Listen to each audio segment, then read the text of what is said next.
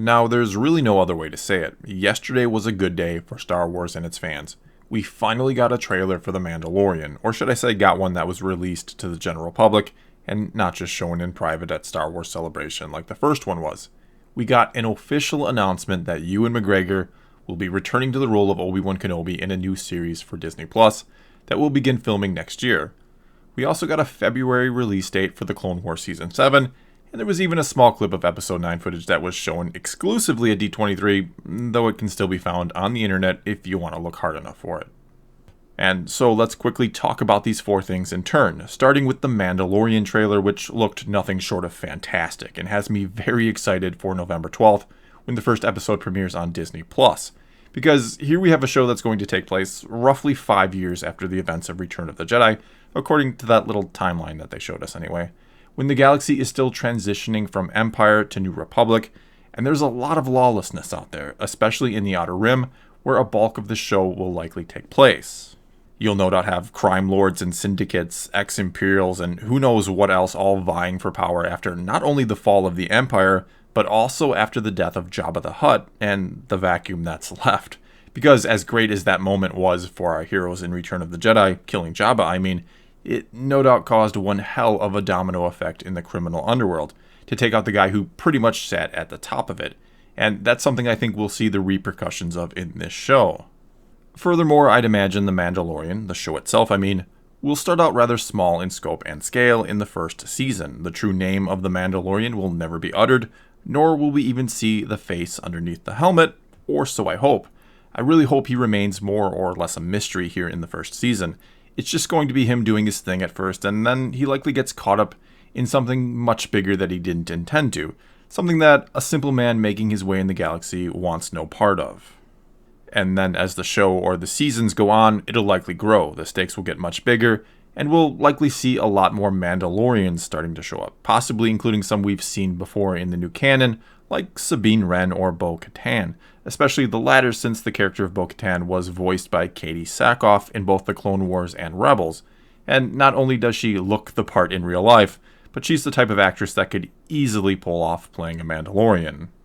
She was even asked recently if she'd end up in the show, and only smiled and said something about how badass the non-disclosure agreements of Lucasfilm were, which is an interesting answer to give when all she really had to do is say something generic like, of course I'd be open to it and I love working with Lucasfilm, but instead her answer implies there's maybe already something she can't talk about. This, of course, would then lead to the question of why Bo-Katan would show up and care about the Mandalorian in the first place, and if there could possibly be a connection between the two. And it was my good friend Reimagining Star Wars who came up with an interesting theory, and even made a video about it that I'll link in the description below. That being that the Mandalorian could end up being Korkie Kryze, the nephew of Bo-Katan, who she perhaps wants to come back and to be the new leader of Mandalore or something along those lines, which of course this character would want no part of. And instead of going into all the details of that here and now, I'll just point you to the video that's linked in the description below if you want to know more about the theory or aren't overly familiar with these characters I'm talking about.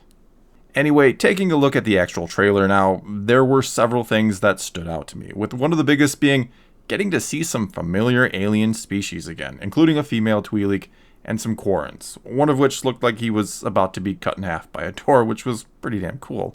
Anyway, one thing that's bugged me about the sequel trilogy is, well, how few alien characters we've gotten, and the fact that we see no familiar alien species for the most part. And sure, it's a huge galaxy and there's countless different species out there, so it makes sense that we'd see plenty of brand new ones all the time, but it would be nice to get a couple recognizable ones tossed into the mix here and there. Anyway, I loved the opening shot of the trailer. Stormtrooper helmets, or maybe whole heads on pikes, feels like the perfect way to set the tone of what I really think this show will be about at its core. A galaxy reeling from the fall of the Empire, one that isn't all too happy with the way they handled things when they were in charge. That's then followed up by a flyover of a planet that looks like Takodana, which makes me wonder if the Mandalorian will have any dealings with Maz Kanata, which would be kinda cool. As I said in yesterday's video, I found her to be an interesting character in The Force Awakens that got used in a rather weird way in The Last Jedi. The only thing I can imagine is that Rian Johnson was told he had to use her at some point in the movie, and so having her tell our heroes about the Master Codebreaker was the best thing he could come up with for her to do.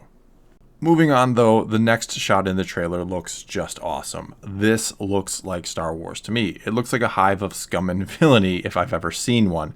Also in this trailer, we get a brief look at Carl Weathers' character, whose name is Grief Karga, and he's supposed to be some sort of bounty hunter guild leader, I believe.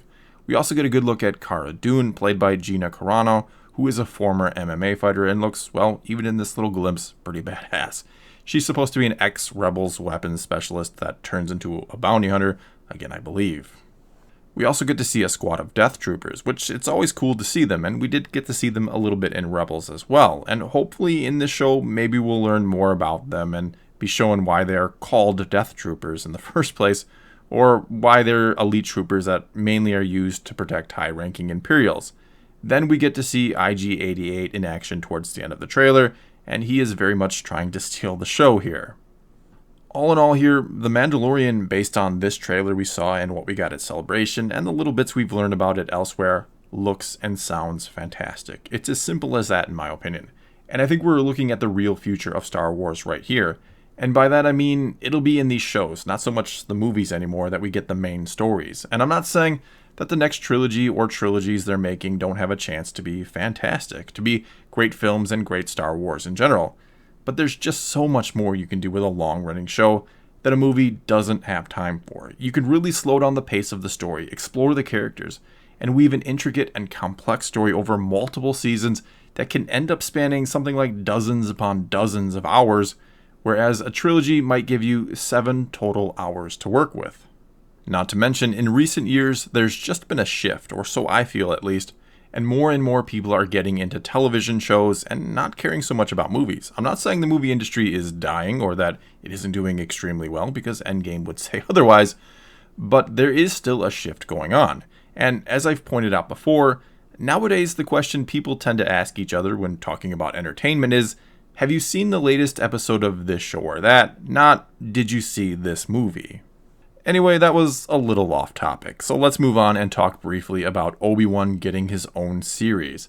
And the only truly surprising thing about this is how long it took to make it happen. Though by the fact that Kathleen Kennedy said the scripts were already written and filming starts next year, I'm going to assume that this has been in the works behind the scenes for quite some time now, and it's only now being announced. Even Ewan McGregor said something about wondering for the past 4 years when this was all going to finally happen, so talks have clearly been in progress for a long time now.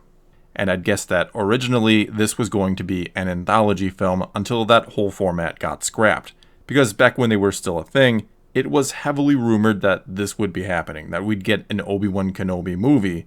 We were also supposed to get a Boba Fett movie, which makes me wonder if that idea is still on the table or not, and could also get a series on Disney+, or more likely if we see Boba Fett show up in The Mandalorian, which could then even lead to some type of spin-off series, I guess. And yes, for those wondering, it was heavily implied in Aftermath, a trilogy of books, that Boba Fett crawled his ass out of the Sarlacc pit and is still very much alive post-Return of the Jedi.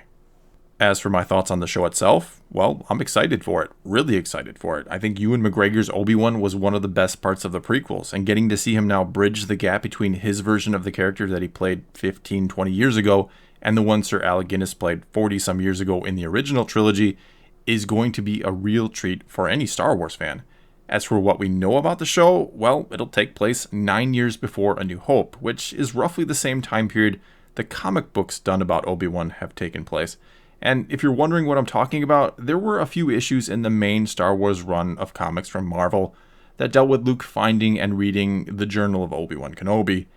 And for the most part, they were good, interesting issues, and I wonder what, if any, bearing they may have on the show. Moving on here, let's now talk quickly about the Clone Wars, because as far as I know, the only news we got yesterday in regards to Season 7 of it was the release date, that being February on Disney+.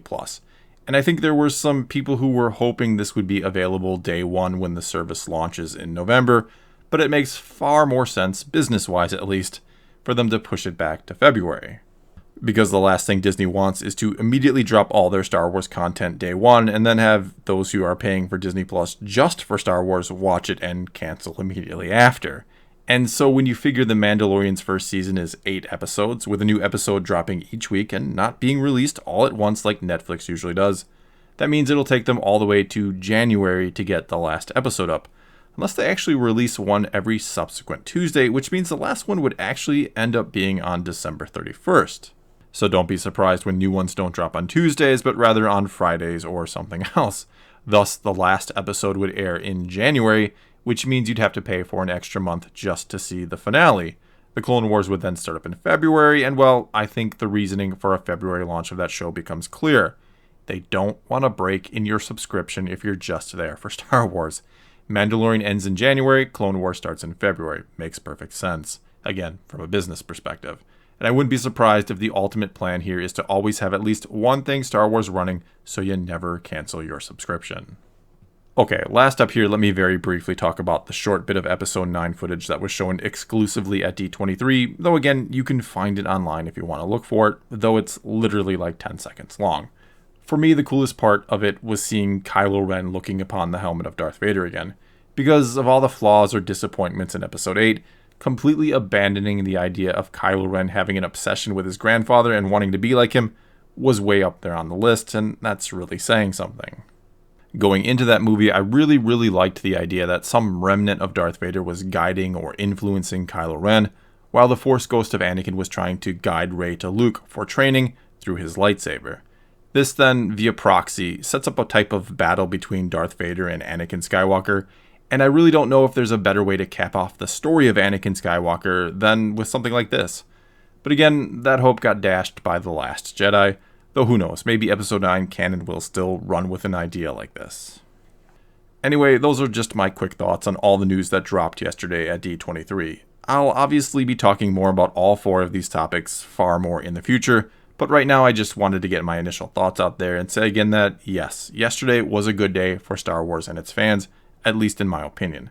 Say what you will about the sequel trilogy and how bad or good it's been, but there are still plenty of other things to look forward to in the Star Wars galaxy, and The Mandalorian just might be the show adult Star Wars fans have always wanted to see.